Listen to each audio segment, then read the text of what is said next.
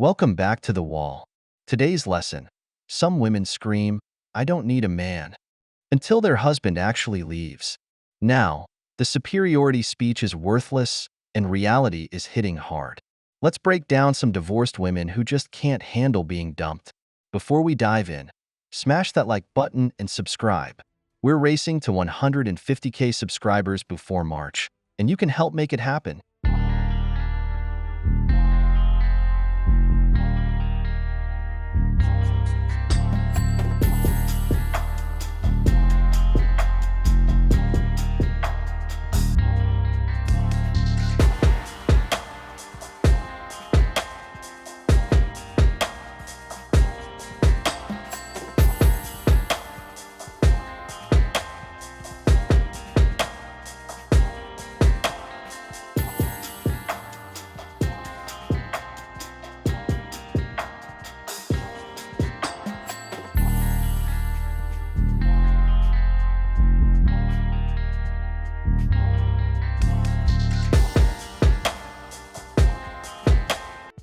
Until this day, I get blamed for how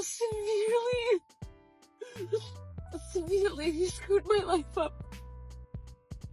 I can't sleep, I can't eat, I can't drink anything without feeling pain and pain, true pain. And I get blamed for feeling this way. And it is just ridiculous how someone can hurt you so much, and just expect you to move on from it and not care and just move on like as if nothing happened.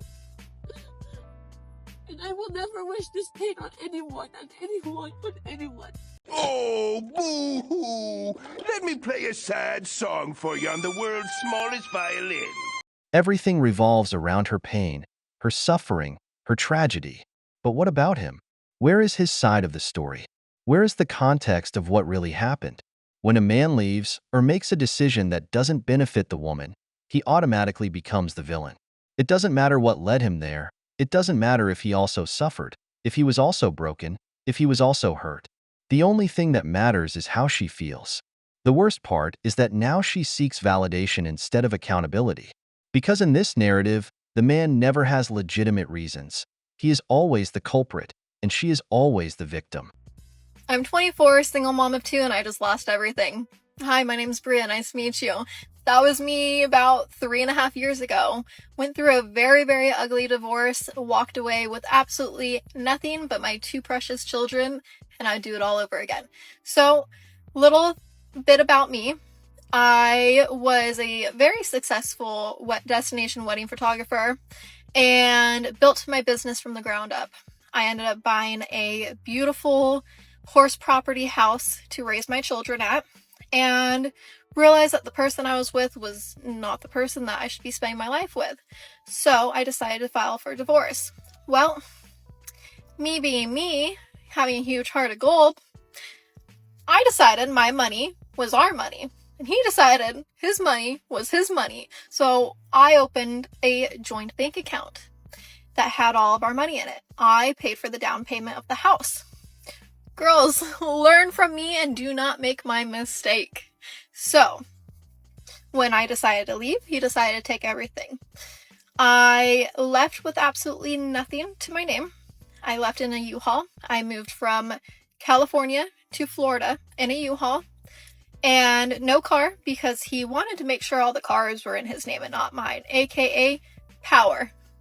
Do not let a man do that to you, okay? Make sure you are on there as a co-signer. You're on there just by yourself. Well, me being me and me being young, thinking love is love and no one would do anything to hurt you, false. So, I left with about $10,000 to my name, a U-Haul full of everything, and my two children. Oh, hell no! I realized that the person I was with was not the person I was meant to spend my life with. So I decided to file for divorce. There's the key. She doesn't mention abuse, infidelity, or an unsalvageable problem. She simply decided she no longer wanted to be married and left her husband and children in chaos. Then, she complains that he kept all the money, the cars, and the stability. But who decided to break up the family? If he had been the one to file for divorce, he would be the worst man in the world. But when she does it, it magically becomes a brave decision. She wanted independence, but when reality hit, suddenly the problem is that he didn't keep supporting her. I spent about 4 months using my double stroller as a car for, 4 months, I would say. We lived in a 1-bedroom apartment with a blow-up mattress for another 4 months because it took a while for me to get from absolutely nothing back on my feet because, mind you, I lost my photography business as well because of COVID. So COVID happened, weddings got shut down, I stepped away. So now here's this single mom of two, basically homeless, thinking life is never going to get better. How did I get here and how do I get out of it? So there was days, weeks, months where I'm crying my eyes out because I didn't have enough to buy food just for breakfast. I didn't have enough for anything. And I'm just here to tell you that if you keep pushing and you keep believing in yourself, everything's going to be okay. It's going to work out in your favor. I'm still not, now I'm 27, so 3 years later, 3.5 years later, because I'm going to be 28 in like 2 days, but I'm still not where I want to be in life. However, I'm a lot closer to where I want to be in life because of the fact that no matter how impossible it felt, I refused to give up. I refused to take the easy way out and just say, this is the cards that God gave me. No, I said, I don't like these cards and I'm going to do everything in my power to get out of this. So if you need support, if you need help, if you need anything, feel free to reach out to me because I love supporting other females.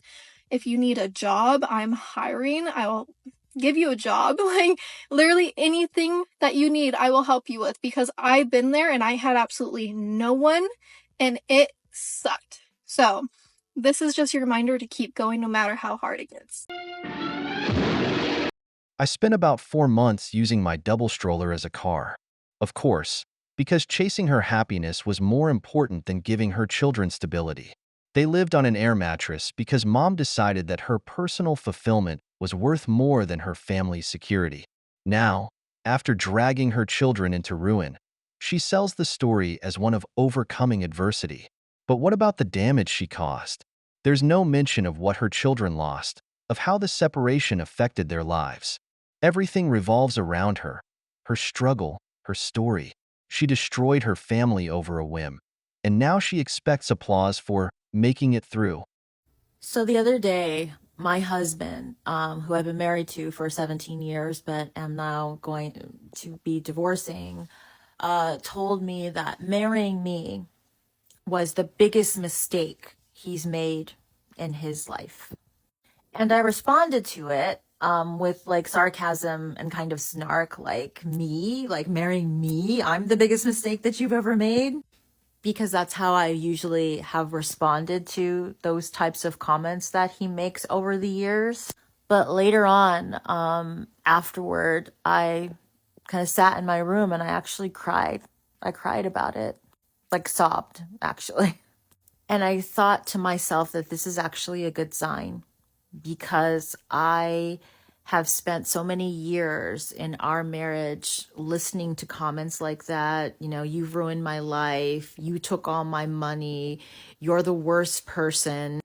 And I've like numbed myself to it over the years. Like I just kind of numbed myself or made excuses like, oh, he's just stressed. He's angry or he's, going through a lot. And I just kind of went along with it and but to get through it, I just kind of had to numb myself. And I guess in a way, like had to diminish my own humanity to not let these things get to me. So I wouldn't like fall apart. I had 2 kids to raise, a family to keep going.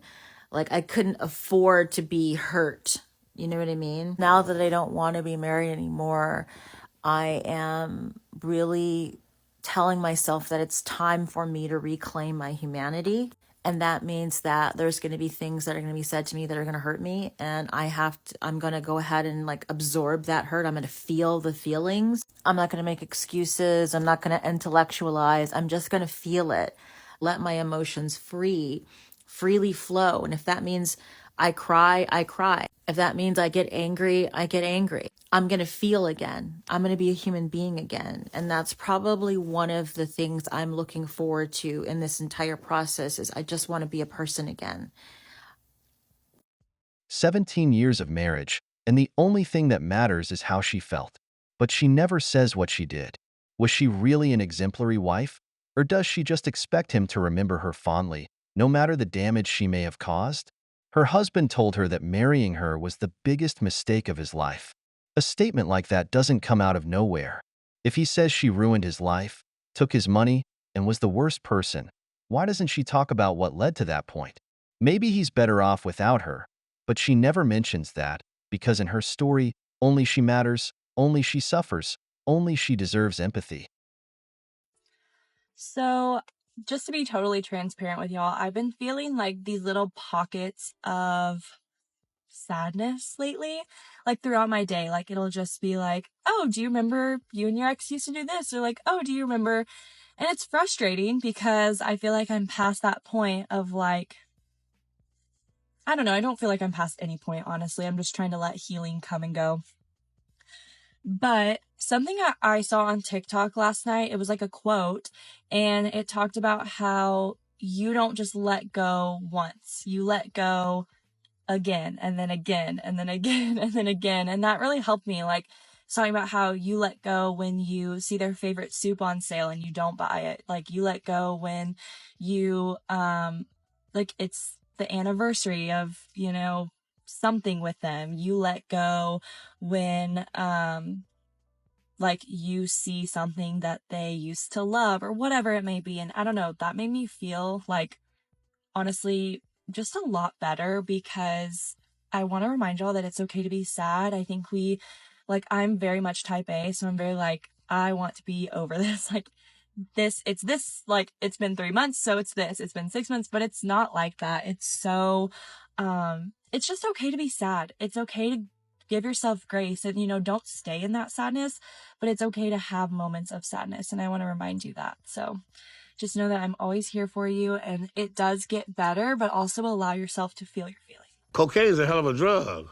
Every memory, every moment of sadness is just remorse in disguise. Because if she were truly sure of her decision, she wouldn't be stuck in this cycle of letting go and holding on over and over again. What she doesn't say is that he was probably right all along.